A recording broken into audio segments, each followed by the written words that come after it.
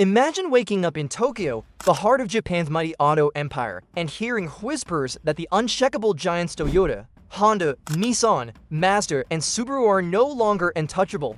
For decades, Japan has been the symbol of reliability, efficiency, and innovation in the global car market. But now, something unthinkable is happening. Sales are plummeting, plants are being shut down, and entire supply chains are buckling under pressure. The very foundation of Japan's auto industry that once dominated the world is cracking. And it's happening faster than anyone could have imagined. Behind closed doors, executives are scrambling. Facing a terrifying reality, the EV revolution they once dismissed as a trend is now leaving them in the dust. Tesla, BYD, and a flood of Chinese automakers are flooding markets worldwide, offering cheaper, faster, and more technologically advanced electric cars. Meanwhile, Japan's transition has stalled. EV delays are piling up. Hybrids are no longer enough to satisfy regulators, and younger consumers are turning away from traditional Japanese brands that once symbolized prestige. Factories that were once buzzing with the sound of relentless production are now eerily quiet. With reports of layoffs and plant closures stretching from Hokkaido to Kyushu,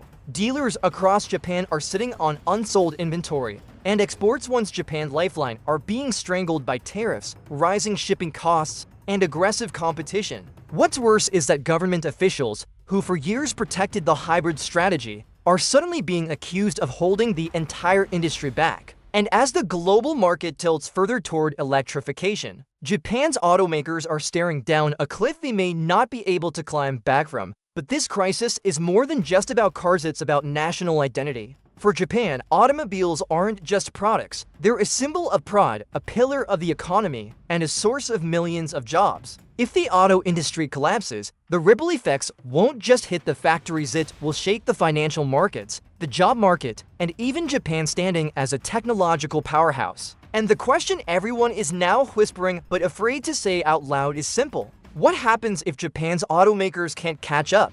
Take Toyota, for example, the crown jewel of Japan's auto empire, a company so massive that its annual revenue is larger than the GDP of some countries. For years, Toyota was untouchable, riding high on its hybrid success with the Prius and Camry. But now, even Toyota is stumbling. Their EV rollout has been painfully slow, plagued by production delays and battery technology that lags behind China's BYD. Investors are growing restless, questioning whether Toyota's stubborn loyalty to hybrids has left it vulnerable in a world racing toward full electrification. Behind the scenes, insiders say executives are split, some pushing hard for rapid EV expansion, others warning that rushing could collapse the company's legendary reputation for reliability. The result? Paralysis at the very top, while rivals speed ahead. Then there's Honda, a brand once synonymous with cutting-edge engineering and youthful energy. Honda's problem is simple but devastating. Their EV portfolio is nearly non-existent, and the few electric models they've promised have faced repeated delays. Their partnership with General Motors, once hailed as a lifeline, recently collapsed, leading Honda scrambling to build an EV platform of its own from scratch. Worse, in their home market, Honda's traditional sedans and compacts are losing ground as consumers flock to SUVs and EV startups. And with plant closures looming, rumors are spreading that Honda may be forced to scale back its global footprint just to survive. And then comes Nissan, the company that should have been Japan's EV leader. Remember, Nissan launched the Leaf over a decade ago, long before Tesla became a household name. But instead of building on that early momentum, Nissan stalled, bogged down by internal scandals, leadership shakeups, and a lack of vision. Today, the Leaf looks outdated, while competitors pump out EVs with double the range and half the price. Nissan's global sales are tanking, and insiders fear the company could face the kind of crisis it barely survived in the early 2000s. These aren't just bumps in the road, these are existential challenges for the three pillars of Japan's auto industry. And with every passing month, the gap between them and the EV leaders widens. The terrifying part? Japan's automakers aren't just competing against foreign rivals anymore, they're competing against time itself. Mazda's situation is perhaps the most heartbreaking, because this is a company built on passion, engineering pride, and a fierce devotion to doing things differently. For decades, Mazda carved out a niche with its rotary engines, its zoom identity, and a reputation for affordable performance. But in today's EV-driven market, that unique DNA is working against them. Mazda has almost no EV lineup. Their first electric attempt, the MX-30, was widely mocked for its painfully short range. And their investment in rotary technology for hybrids is burning cash with little payoff. Globally, sales are slipping, and Mazda's small size compared to giants like Toyota and Honda means they lack than their Subaru, another brand with loyal fans, but a dangerous lack of direction. Subaru's image has always been built on rugged reliability cars for outdoor enthusiasts, for families in snowy regions, for buyers who wanted something a little different. But now, Subaru is facing an identity crisis. Their first EV, the Solterra, launched with Toyota's help, but it was plagued by embarrassing recalls, delivery delays, and poor market reception. Subaru's dependence on Toyota for EV technology exposes just how vulnerable they've become. Worse, their sales are falling not just in Japan, but also in the US, their most important market. And with rising costs, shrinking margins, and limited innovation pipelines, Subaru is looking less like a bold, independent automaker and more like a small brand clinging to survival. Together, Mazda and Subaru's struggles complete a grim picture. Japan's smaller but mighty automakers are on the edge, while the big three Toyota, Honda, and Nissan are caught in their own spirals of crisis. What was once the most unified, most disciplined auto industry in the world now looks fractured, unprepared, and dangerously behind. And as global EV adoption accelerates, Japan risks watching its proudest industry slide into irrelevance. But here's the chilling part: this isn't just about corporate failures or quarterly sales drops. The unraveling of Japan's auto empire could trigger a shockwave across the nation's economy, its workforce, and even its political stability. Millions of jobs, from factory workers to engineers to suppliers, depend on these automakers. Entire towns are built around auto plants. If those plants close, if those exports vanish, what happens to Japan itself? Foreign rivals are circling Japan's auto industry like sharks that smell blood in the water. China, in particular, is moving with breathtaking speed. Companies like BYD and IO and XPeng are not only flooding Asian and European markets with affordable EVs, they're also directly targeting Japan's strongholds overseas. In the past, Japanese cars dominated places like Southeast Asia, Australia, and even parts of Europe. Now, Chinese automakers are undercutting them with vehicles that boast longer ranges, smarter infotainment systems, and prices Japanese brands simply cannot match. And the most painful twist? Some of these Chinese EVs are now entering Japan itself, competing head-to-head with Toyota and Nissan on their own turf. For Japanese automakers, that's not just competition, it's humiliation. Meanwhile, the US is exploiting this collapse in a different way. Tesla has established itself as the face of EV innovation, and its influence on consumer perception is massive. American buyers who once swore by Toyota Camrys or Honda Accords are now flocking to Teslas. Ford and GM, though struggling in their own ways, are still pushing hard into EV development with billions in government subsidies behind them. And in Washington, policymakers are quietly celebrating Japan's stumble because for decades, Japanese automakers dominated the US market. Now, with stricter emissions laws, EV tax credits, and tariffs targeting foreign vehicles, America is strategically tilting the playing field back in favor of its own automakers. While Japan scrambles to adapt, even Europe, long a stronghold of Japanese exports, is shifting away. EU regulators are doubling down on zero-emission mandates, a direct blow to Japan's hybrid-first strategy. Volkswagen, Mercedes, and Renault are positioning themselves as leaders in the EV race, while Japanese brands fade from the spotlight. Where once Japanese cars were synonymous with unbeatable quality and efficiency, now they're seen as outdated, behind the curve, and slow to innovate. The combined pressure of China's aggressive pricing, America's policy-driven protectionism, and Europe's regulatory hammer is leaving Japan cornered. The empire that once dominated Detroit, crushed European brands in reliability, and stood untouchable in Asia is now facing enemies on all fronts. And the terrifying reality? These rivals aren't just taking market share, they're rewriting the very future of mobility while Japan watches from the sidelines. Inside Japan, the impact of this foreign pressure is no longer just numbers on a balance sheet, it's becoming visible on the streets, in small towns, and even inside families. Entire regions of Japan are tied to the auto industry. Cities like Toyota City in Aichi Prefecture or Hamamatsu where Honda was born aren't just places where cars are built, they're communities built around the lifeblood of the assembly line.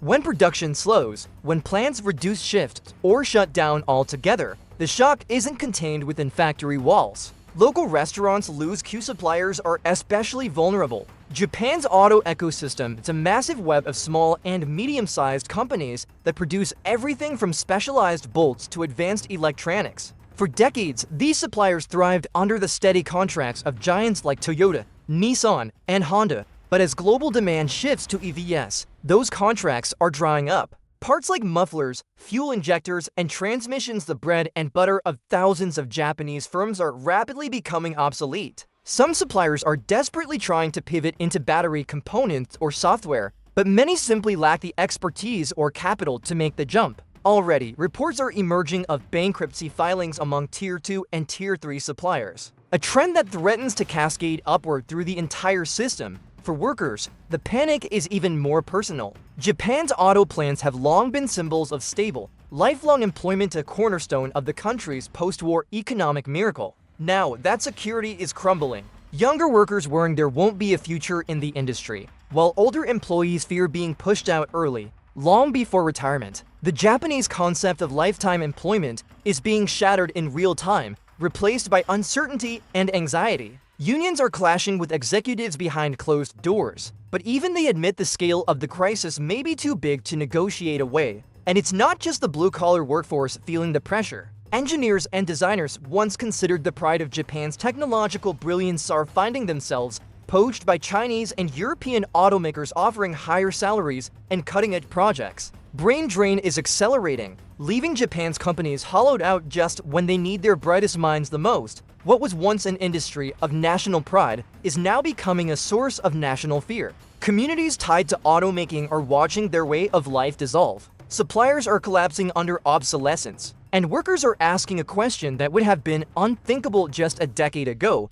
Does Japan's auto industry even have a future? If Japan truly loses its global auto crown, the consequences wouldn't just be economic, they'd be cultural, political, and even geopolitical. The automobile has been more than just a product for Japan. It has been the nation's engine of post-war recovery, a source of soft power, and proof to the world that Japan could rise from devastation to become a global industrial titan. Stripping that away would be like pulling the spine out of the nation's modern identity. Imagine the ripple effect. Financial markets in Tokyo would spiral as investors lose faith in the very companies that once symbolized stability. Politicians would come under fire for decades of protecting the hybrid strategy while ignoring the rapid pace of EV innovation abroad. Towns dependent on auto plants would turn into ghost cities, their populations shrinking as families move elsewhere in search of work. Universities, once proud of their engineering programs that fed Toyota, Honda, and Nissan, would struggle to attract students as young people seek futures in software, robotics, or even overseas opportunities and beyond Japan's borders.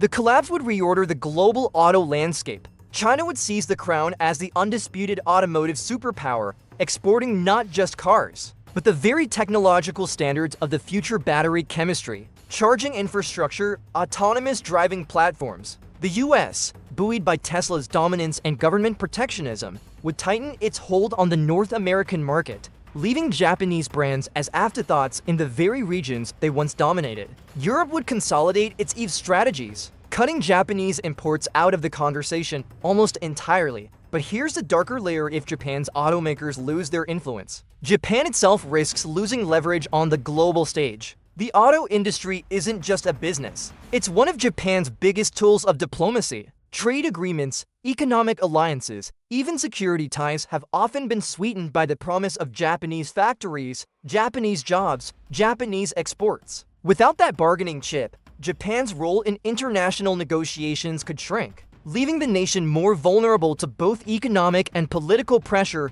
inside Japan. This could spark a generational reckoning.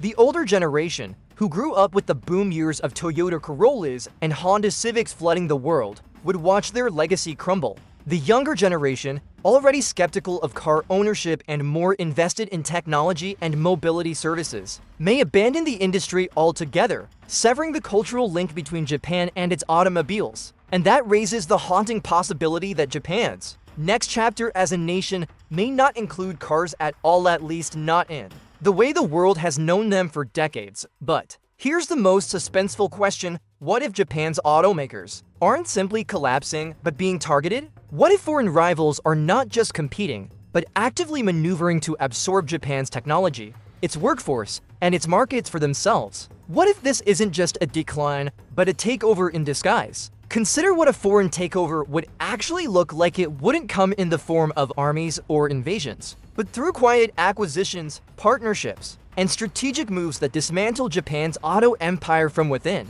Imagine Chinese automakers swooping in to buy struggling Japanese suppliers, gaining access to decades of precision engineering expertise for pennies on the dollar. Imagine US tech giants Apple, Google, or even Tesla luring away Japan's best engineers with promises of unlimited funding and futuristic projects, hollowing out the talent pool that once made Japan untouchable. Even the automakers themselves could become targets. Nissan, already weakened by years of scandal and declining sales, could be vulnerable to a takeover bid from a foreign rival looking to snap up its global infrastructure. Mazda, too small to fight alone, could be forced into a merger where its identity is erased, absorbed into a larger multinational machine. Subaru, clinging to Toyota for support, might eventually be reduced to nothing more than a brand name slapped on to someone else's EV platform. Piece by piece, the legacy of Japan's auto giants could be stripped away until the world forgets they ever defined the industry. But here's where the story twists: Japan won't go down without a fight.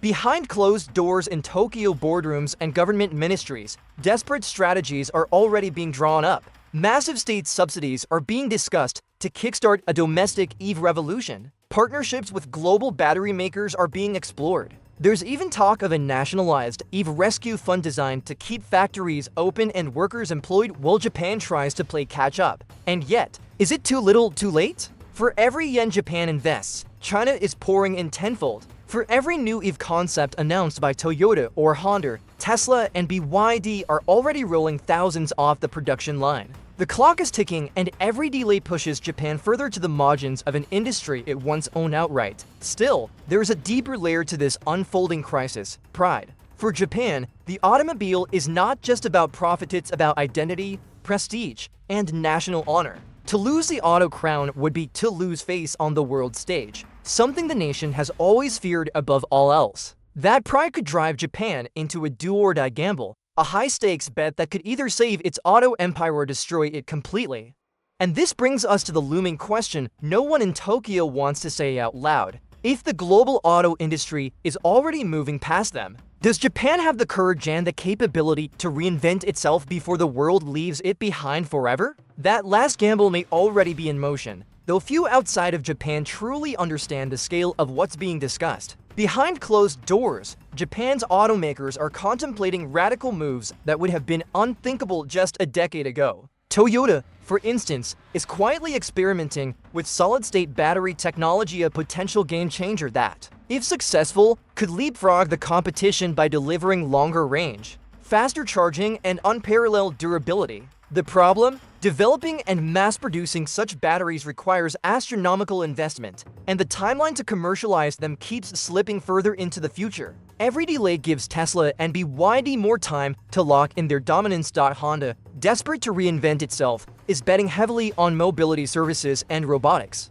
Executives envision a future where Honda doesn't just build cars, but creates entire ecosystems of autonomous shuttles, delivery robots, and AI-driven platforms. But skeptics argue that Honda is spreading itself too thin, fighting to survive in the present while chasing a dream of tomorrow. Nissan, on the other hand, is rumored to be negotiating with foreign partners to revive its crumbling EV strategy. Yet this raises a chilling possibility. In saving itself, Nissan could be forced to give up its independence, becoming little more than a pawn in someone else's game. Even the government is being drawn into the fight. There are whispers of emergency legislation, massive subsidies, and protective tariffs to shield Japan's automakers from foreign rivals. Politicians talk of national security, arguing that losing the auto industry would weaken Japan's entire economic backbone. Some are even proposing direct intervention state-backed megafactories for batteries, nationwide EV infrastructure projects, and alliances with Western powers to counterbalance China's rise. But Japan's history of bureaucracy and slow decision-making raises doubts. Can a system designed for consensus and caution suddenly shift into high-speed crisis mode? Meanwhile, ordinary Japanese citizens are caught in the middle. Car dealerships report growing confusion. Older customers still loyal to hybrids, younger buyers frustrated by the lack of compelling Japanese EVs, and everyone watching nervously as foreign brands begin to appear in local showrooms. In auto towns, families whisper about layoffs and early retirements, wondering if they should encourage their children to leave the industry altogether. And in the media, a once unthinkable phrase is starting to appear more often: the end of Japan's auto era. And yet, there's still a glimmer of something else: defiance. The same defiance that rebuilt Japan after World War II, the same determination that turned tiny workshops into global empires, still lingers in the DNA of these companies. The auto giants of Japan know they are cornered, but a cornered fighter can be the most dangerous of all.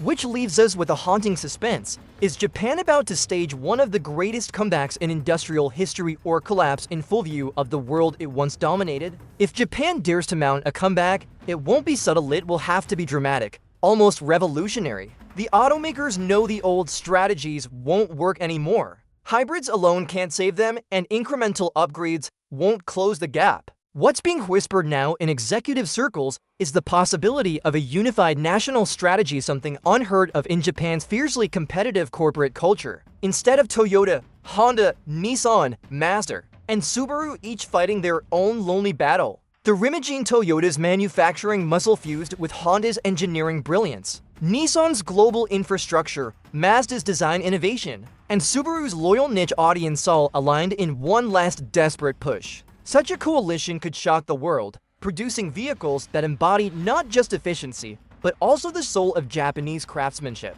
But the risks are enormous. Egos, rivalries, and corporate politics have derailed similar efforts in the past. To succeed this time, Japan's automakers would have to swallow their pride and put survival above prestige. And there's another card on the table: automation and artificial intelligence. Some insiders believe Japan could skip ahead by marrying its legendary robotics expertise with its auto industry. Fully autonomous taxis roaming Tokyo's streets, robotic factories that cut costs to the bone, cars that aren't just vehicles but intelligent companions